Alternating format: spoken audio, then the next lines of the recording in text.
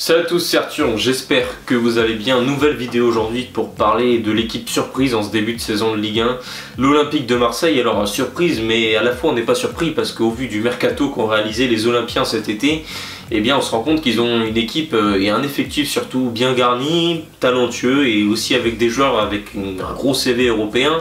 Je pense à Heuberg et je pense surtout aussi à leur coach De Zerbi.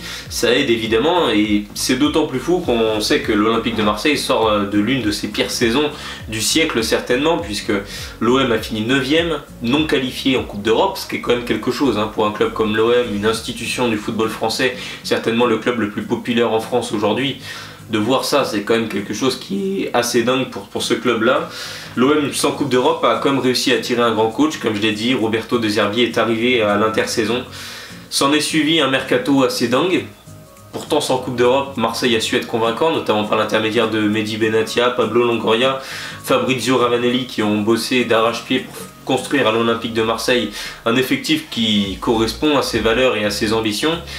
Et on se rend compte que pour une fois, finalement la sauce elle prend, parce que ce discours-là de dire que l'OM doit être à la hauteur de ses ambitions, c'est un discours qui tient tous les ans, parce que tous les ans avec Longoria on a une revue d'effectifs totale. Pour l'instant, il n'y a qu'à voir avec les coachs, Tudor, Sampaoli, l'année dernière on a eu le droit à Gattuso, on a eu le droit, voilà, ça bouge beaucoup, il y a la valse des entraîneurs, la valse aussi des joueurs, je ne sais pas combien de joueurs circulent à l'OM tous les ans. Donc au final, que dire de cette gestion-là? Peut-être que finalement le fait que cette direction soit capable de bien vendre ses joueurs et de savoir recruter des nouveaux joueurs, de savoir faire une revue d'effectifs, ce qui n'est pas donné dans un mercato quand même qui était bien dérangé par les droits télé, et bien ça a permis à l'OM de se relancer complètement et de surtout créer un nouvel élan dans cette équipe qu'ils ont réussi quand même à vendre. C'est quand même assez dingue de vendre leur flop de l'année dernière plus cher que ce qu'ils avaient acheté. Je pense à Renan Lodi, au bout de 6 mois, ils l'ont vendu plus cher en Arabie Saoudite. Je pense à Ismail Assar qui sort d'une saison cataclysmique, qui a été vendu pour 18 millions, je crois, à Crystal Palace, mais c'est l'affaire du siècle. Le gars a dû être acheté 15, il fait une mauvaise saison, tu le revends 18, mais moi je signe tous les jours. Je pense à Iliman Ndiaye, on en a fait un mythe total la saison dernière, étant donné que vous savez, il est supporter de l'OM, c'est un petit minot du coin. Voilà, c'était un fantasme un peu des supporters de se dire il va réussir dans le stade où il allait voir les matchs petits, etc. Au final, bon, on voyait qu'il avait quelque chose dans les pieds, Iliman Ndiaye, c'est pas un secret. Et au final, il n'a jamais confirmé, il a quand même été revendu plus cher. Je crois que l'OM a acheté 15, il en a revendu 20 à Everton. Donc Marseille a réussi à vendre ses joueurs dont il ne voulait plus. Aubameyang est également parti pour relancer vraiment, pour insuffler un nouveau souffle. Guendouzi a été cédé définitivement à la Lazio contre 17 millions. Tout ça finalement, ça apporte de l'argent dans la trésorerie, parce que je pense qu'au vu du mercato qu'on vient de vivre avec l'OM, on s'est tous dit à un moment, mais d'où ils sortent tout ce pognon? Est-ce que c'est McCourt qui a fait une rallonge? Est-ce que non, c'est l'OM a su vendre des joueurs qui sortaient d'une mauvaise saison, ils ont su bien les vendre, et derrière enfin leur mercato a été cohérent. Alors pourquoi il a été cohérent sans Coupe d'Europe? C'est évidemment l'élément qui pour moi a tout déclenché, c'est l'arrivée de De Zerbi à Marseille. Réussir ce qu'a fait Benatia, ce qui est quand même assez dingue, de convaincre un coach comme De Zerbi, qui, contrairement à ce que j'ai pu entendre, est quand même plutôt réclamé en Europe. Je crois que son nom avait été cité au Bayern pour remplacer Thomas Tuchel.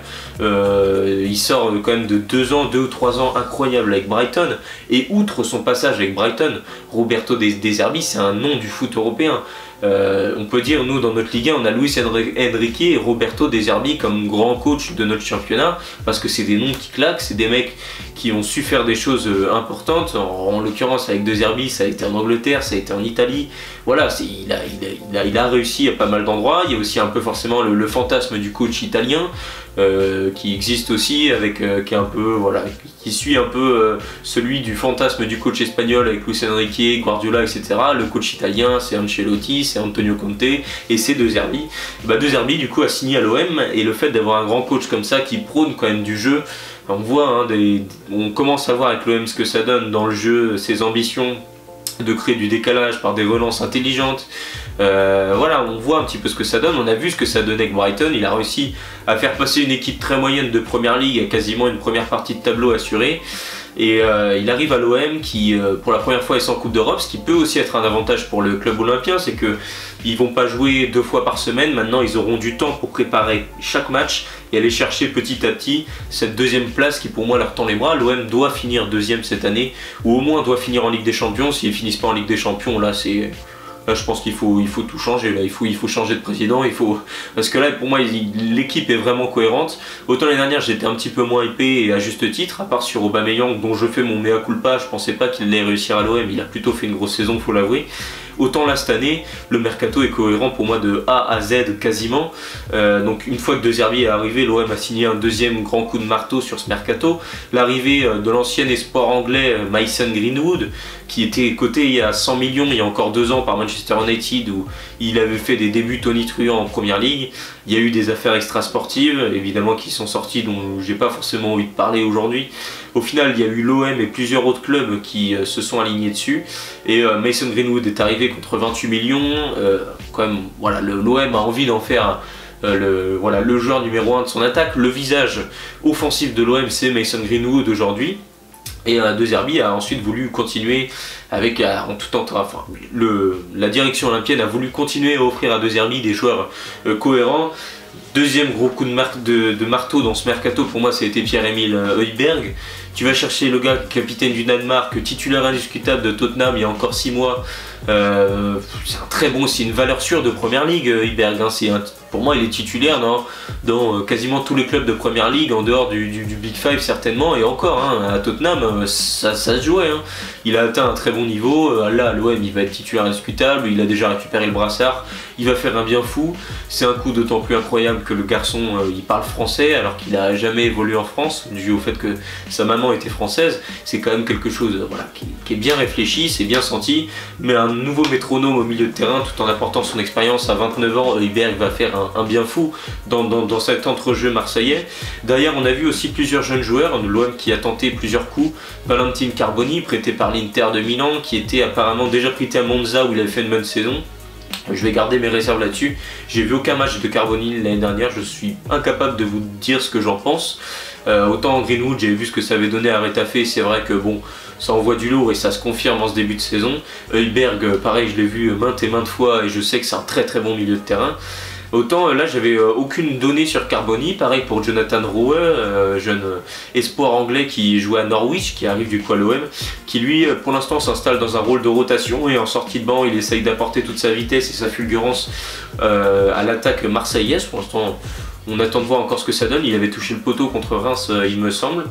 Et puis derrière l'OM, il y avait le sujet du grand attaquant. Aubameyang est parti, Vitinha également a été vendu au Genoa. Alors qui pour occuper la place de l'attaque marseillaise, qui en numéro 9? Et c'est peut-être là-dessus où je suis un petit peu moins satisfait pour l'OM, c'est qu'ils sont allés chercher Eli Wahi. Eli Wahi qui sort comme d'une saison moyenne avec Lens après avoir fait une saison énorme avec Montpellier. Lens qui avait investi 35 millions dessus. Et Marseille qui vient et qui, je crois, l'achète autant que Greenwood, ça doit être 28. Alors un jeune joueur, c'est évidemment toujours prometteur. Maintenant, Eli Wahi, je crois qu'il y a une question de comportement qui est évoquée souvent avec lui par rapport à une certaine forme de nonchalance, que dans un vestiaire c'est pas forcément un enfant de cœur. Donc voilà, ça c'est un autre sujet. Je pense que au vu de l'investissement qu'a réalisé l'OM sur ce numéro 9, Eli Wahi, ça peut poser des questions, surtout qu'on a vu sportivement son match face à Reims où il rate des occasions mais monstrueuses. Et quand tu es dans une équipe comme ça et avec De Zerbi, pas manqué, il a pu jouer après notre ami Eli Wahi, puisque ils ont directement relancé, enfin ils sont allés chercher Neal Maupay, certainement lié aux mauvaises premières performances de Wahi. Maupay qui en doublure de l'attaquant va venir apporter son expérience et je pense qu'il va y avoir une concurrence toute l'année entre le jeune prometteur qui est Eli Wahi mais qui rate aussi beaucoup de choses et Neal Maupay qui a un petit peu plus de bouteilles notamment en Première Ligue et qui est assez astucieux et on a vu que ça a déjà fait la différence face à Nice le week-end dernier.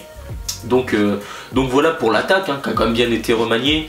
Harit qui était censé partir finalement a été complètement installé au cœur du jeu de De Zerbi et ça a l'air d'être l'amour fou désormais entre le coach et son numéro 10 parce que Harit réalise un très très bon début de saison. Je le connais personnellement puisqu'il a été formé à Nantes, je le connais bien personnellement puisqu'il a été formé à Nantes et même à l'époque avec à l'Euro U19 où ça a toujours été un numéro 10, le voir enfin à son poste dans un vrai 4-2-3-1 entouré d'ailiers qui font les efforts et d'un numéro 9 en soutien de l'attaquant, c'est vrai que c'est un délice pour l'instant de le voir évoluer en ce début de saison.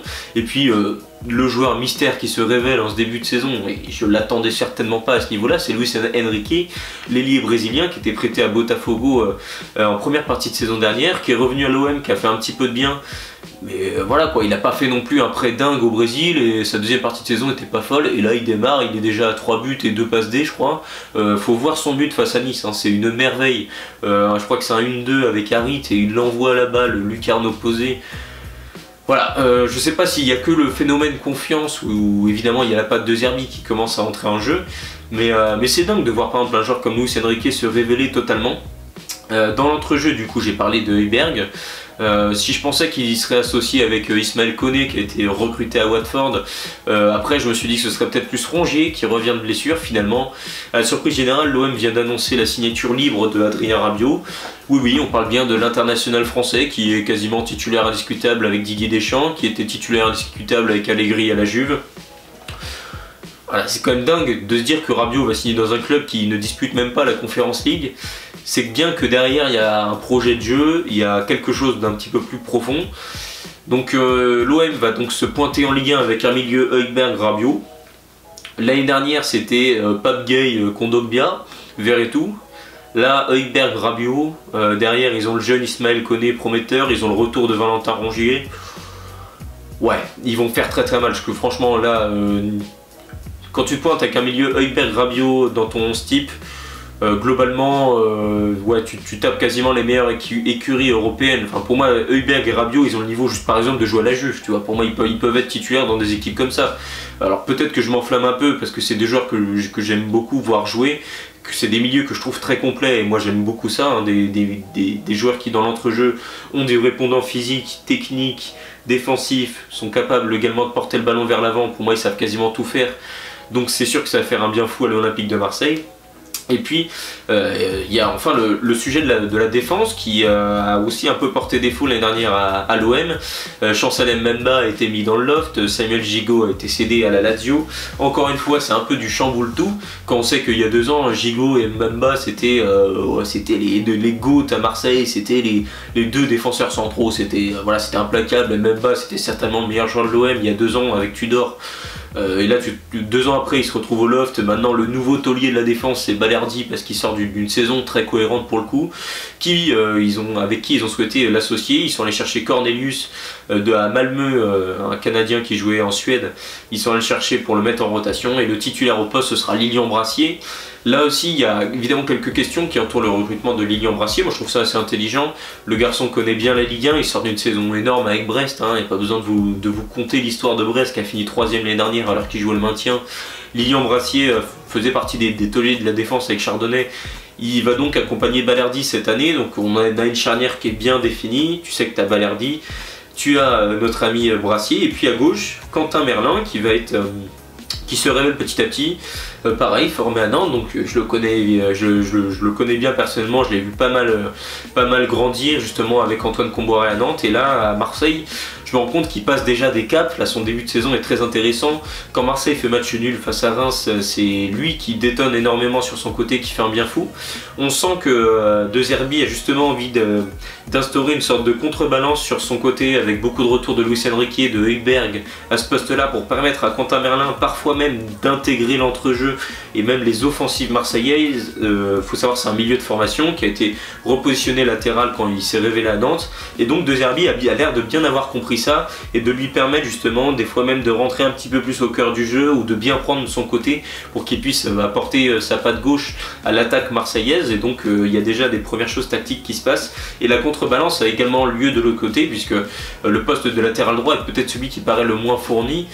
Paul Lirola et surtout le titulaire Michael Murillo qui a fait une bonne première saison à Marseille dans la rotation. Maintenant lui donner les clés de ce poste là en tant que titulaire, on va voir ce que ça va donner. C'est un joueur qui est assez sérieux défensivement, donc c'est pour ça que je dis qu'il y a une contrebalance, puisque voilà, il monte pas trop pour permettre plus des offensives de Merlin de l'autre côté. Donc voilà, il y a tout un schéma qui se met en place, c'est intéressant de voir ça, et ça sera encore plus quand Rabiot va réellement intégrer le 11 de l'OM. Voilà, il y a quand même pas mal de questions. Est-ce que Brassier va réussir à subir la pression qu'il peut y avoir à l'OM? Entre entre Wai et Mopé, lequel des deux va réellement s'imposer. Moi en ce début de saison je mettrais une pièce sur Mopé, mais Wai reste un joueur prometteur et s'il retrouve un peu ses pattes de à Montpellier, enfin ce qu'il faisait à Montpellier, il est capable de faire mal aux défenses de Ligue 1. Maintenant c'est pas du tout le même style de jeu qu'à Montpellier non plus. On sait désormais un peu sur la ligne de 3 derrière que Harit, Greenwood et Luis Enrique devraient être titulaires cette année et pour l'instant ça marche, force est de constater que ça marche. Maintenant l'OM ils vont faire peur, on l'a vu, Nice a déjà voulu essayer de bien les bloquer, ils ont pas mal réussi en première mi-temps, le but de Mopé leur a fait très mal, mais ils vont tomber certainement sur des blocs à 5 qui vont jouer très bas, parce que quand t'as un grand coach, des bons joueurs, des mecs qui en imprègnent, et bah, les équipes d'en face elles commencent un peu à avoir peur et elles commencent à faire un peu comme face au PSG, quand ils vont jouer des équipes comme Le Havre qui vont jouer assez bas, etc. Je suis pressé de voir comment cet OM là va réagir. Le PSG a déjà buté sur des équipes très resserrées et c'était leur qualité individuelle parfois qui leur permettait de débloquer les situations. Alors dans cette équipe olympienne, d'où va venir la lumière? Est-ce que ce sera de Greenwood, de Harit, de Luis Enrique? On va voir ce que ça va donner. Donc voilà, je voulais en tout cas donner mon avis sur ce début de saison de l'OM qui était très cohérent. Le premier match à Brest, où certes c'était pas un Brest à 100%, on l'a bien vu, mais ils ont fait très mal en contre-attaque alors que Brest a essayé de prendre un peu le jeu à son compte. L'OM en contre-attaque par Greenwood, par Harit, ils ont fait très mal directement.